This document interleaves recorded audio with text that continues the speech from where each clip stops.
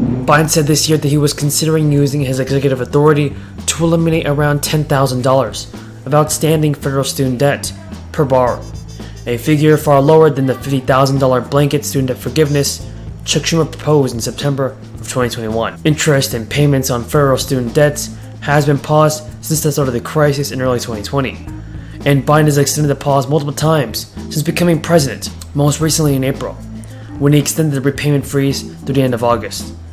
Fellow squad members Representative Ilhan Omar owes between $15,000 and $50,000 in outstanding student loan debt. Omar has twice sent letters to Biden's administration demanding that the president follow through on his promise to cancel student debt. Experts have said that with one swipe of a pen, President Biden could free millions of Americans from the crushing burden of student loan debt.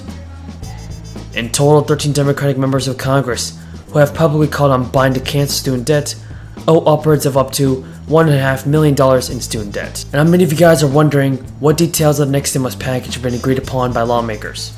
Well, in this video, I'll be sharing with you an updated timeline for the next round of stimulus checks.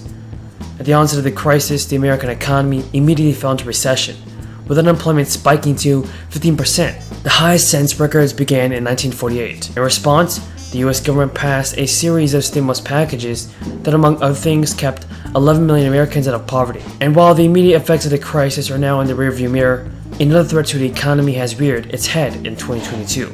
Inflation, which spiked to its highest levels in 40 years. And to help combat the stress this is putting on the finances of Americans, some are calling on additional stimulus checks. And although overall the economy has been very strong over the past year, there are signs of weakness that have some federal legislators clamoring for more stimulus money. If the economy is headed for a recession, as some economists fear, many Americans will be thrown right back into a world of economic uncertainty.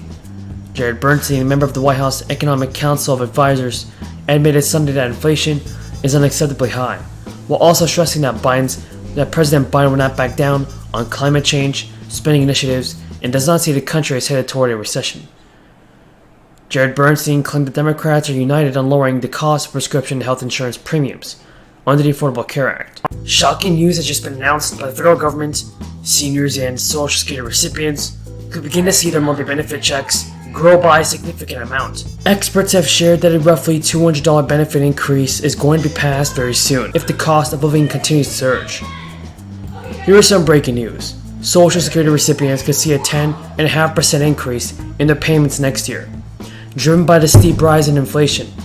According to the Senior Citizens League, an advocacy group of seniors, that would add about $175 to the average monthly retiree benefit, which is currently around $1,700.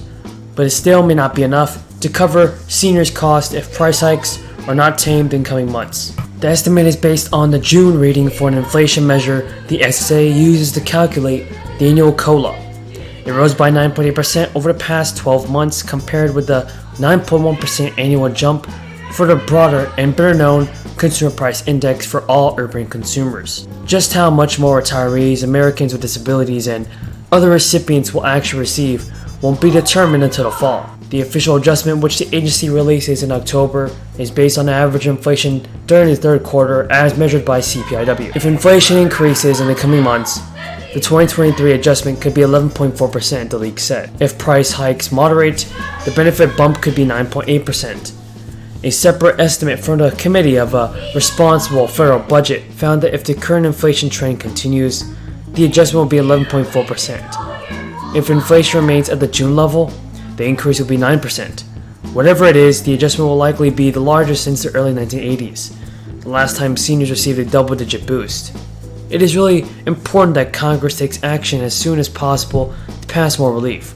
According to a recent survey, half of the seniors said that they had to spend emergency savings over the past year. That compares to 36% in a survey done last year. Democratic Representative AOC and other members of the squad of progressive Democratic lawmakers are continuing to pressure Biden into passing a new executive order that would eliminate all student loan debt for eligible Americans. The canceling student loan debt is one of the few rare opportunities that Biden has to go big without the Senate. He needs to take it, and Biden needs to lean on his executive authority now. He's been delaying and underutilizing it so far, and there is an enormous amount he can do on climate, debt, healthcare, and more.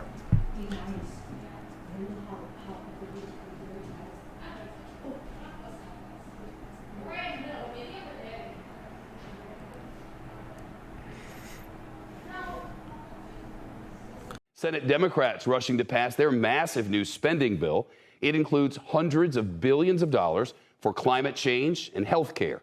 It would also raise taxes on corporations and the wealthiest of Americans. They're calling it the Inflation Reduction Act, and its fate appears to rest in the hands of the Arizona Senator Kyrsten Sinema. Her vote could essentially make or break the bill. Senator Sinema is a key swing vote, and so far, she's been silent about how she plans to vote. As we reported, the bill came together last week after Senator Joe Manchin finally threw his support behind it. Today, Senator Manchin told reporters this bill is not about politics. He says it's about creating a path forward for the nation.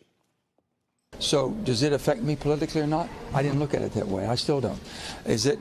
People say, well, this is a Democrat bill, Republican bill, or a green bill.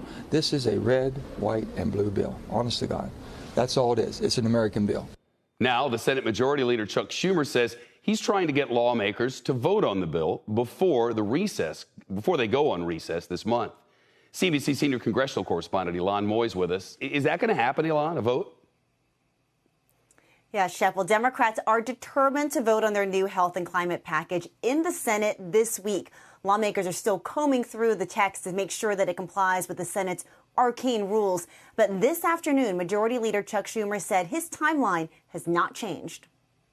The Inflation Reduction Act is going to be just what the doctor ordered, to bringing down costs for American families. We're excited and eager to pass this bill through the Senate as soon as we can.